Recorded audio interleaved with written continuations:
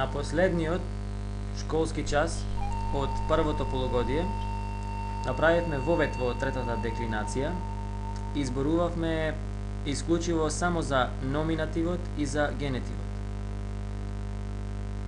Зборувавме значи за, односно бидејќи рековме дека третата деклинација се основи на согласка, зборувавме значи на кои видови на согласки може да завршува основата на имињата што се менуваат по трета деклинација.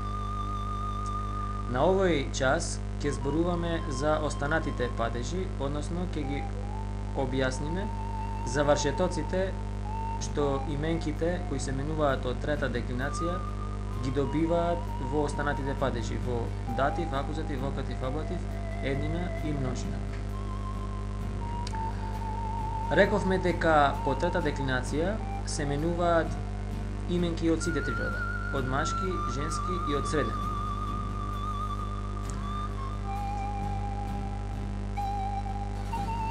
Завршетоците за падежите се исти, без разлика дали именката од машки, женски и среден род, со мали исклучоци, оние кои што важат специјално само за именките од среден род, што важат и во другите деклинации, односно дека акузативот, односно номинативот, акузативот и вокативот е секогаш исти во среден род, и во множина завршетокот за овие падежи, за номинатив, акузатив и вокатив е А, она индоевропско А, што го имаме и во македонскиот литературен јазик, кај множината од именките од среден род, нели, дете, деца.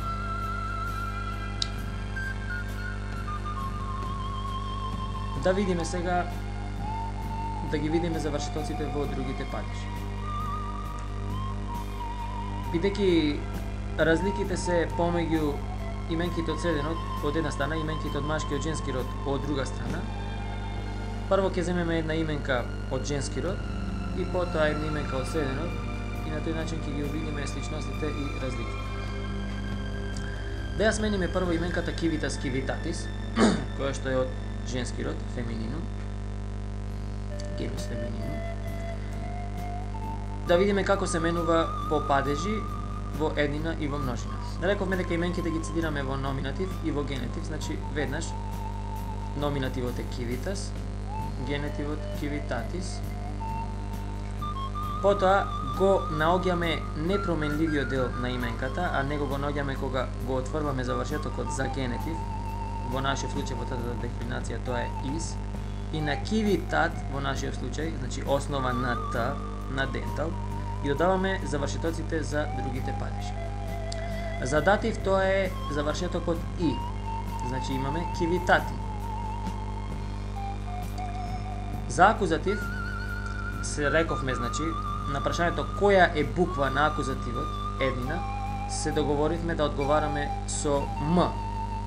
Со тоа што значи во првата деклинација бидејќи беа основи на А беше завршетокот ам, втората деклинација бидејќи беа основи на О беше со правилото бидејќи што го кажавме дека О во последна позиција во латинскиот јазик краткото преминува секогаш во У. Значи во третава деклинација имаме civitat, значи непроменлив дел што ни остана, во случајов тоа е и основата на именката. Во третата деклинација основата и непроменливиот дел се поклопуваат. И додаваме едно м, рековме за акузатив civitatm, па бидејќи е тешко за изговор, ставаме тоа м, си добива едно е напред и станува civitatem.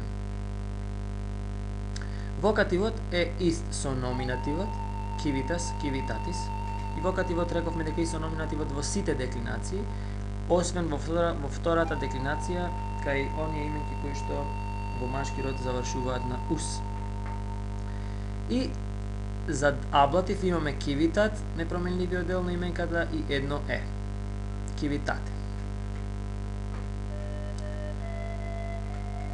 За множина ќе научиме дека номинатив, акузатив и вокатив во третата деклинација се секогаш исти. се договоривме на прашањето која е буква на заакузативот множина да одговараме С. Во прва деклинација тоа беше ас завршетокот, поради тоа што деклинацијата е основа на А, во втора ос, бидејќи деклинацијата е на основа на О, и сега имаме кивитатс, па едно е, бидејќи е тешко да се изговара така, па кивитатес. Па бидејќи рековме дека акузативот е со вокативот и со номинативот, значи номинатив имаме кивитатес. Завршетокот за генетив е ум. Да забележиме дека во латинскиот јазик и покрај тоа што имаме 5 деклинации, имаме само две наставки за генетив. Тоа е рум во прва, втора и пета деклинација и ум во трета и во четврта деклинација. Значи во прва имаме арум, во втора орум, во пета ерум, бидејќи основите се на а, о и е, и во трета имаме ум, кивитатум, и во четврта исто така ум, која што ќе учиме подоцна. За дативот и аблативот кажавме дека се секогаш во сите деклинации множина секогаш се исти. И завршетокот е ибус, кивитатибус, па имаме и аблатив кивитатибус, и за акузатив и вокатив веќе кажавме дека се исти со номинатив кивитатес, кивитатес. Сега ќе земеме именката темпус темпорис од среден и ќе измениме по падежи, со тоа што ќе обрнеме внимание на разликите во промената помеѓу именките од среден и именките од друга страна пак именките од машки и од женски. Рековме дека именките ги цитираме во номинатив и во генетив. Темпус, темпорис. Номинативот темпус, значи, генетивот темпорис. Го отфрламе из, ни останува непроменливиот дел на именката, односно во случајот во тата деклинација тоа е исто со основата. За датив е и, кивитати, темпори. Тука не е темпорем, како во случајот со машкиот и женскиот род, туку е темпус, поради правилото дека номинатив, акузатив и вокатив се исти. Исто така и вокативот е темпус. Аблативот со истиот завршеток како машкиот и женскиот род, темпор, непроменлив дел и едно е темпор. Во множина рековме дека множина завршуваат средниот род номинатив, акузатив и вокатив на а, како во македонскиот јазик. Значи темпора не е тука завршетокот е темпорес, туку темпора.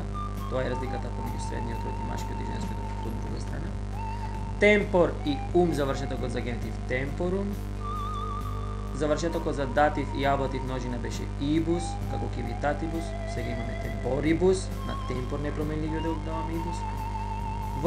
Акузативот и вокативот кажавме дека се исти со номинативот, темпора, темпора, темпора, и аблативот рековме дека е со дативот множина темпорибус.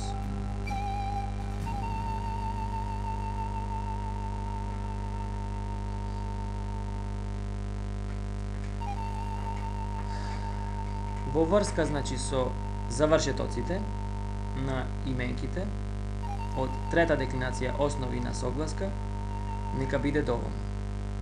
Во наредното видео ќе зборуваме за заповедниот начин кај глаголите во латинскиот јазик.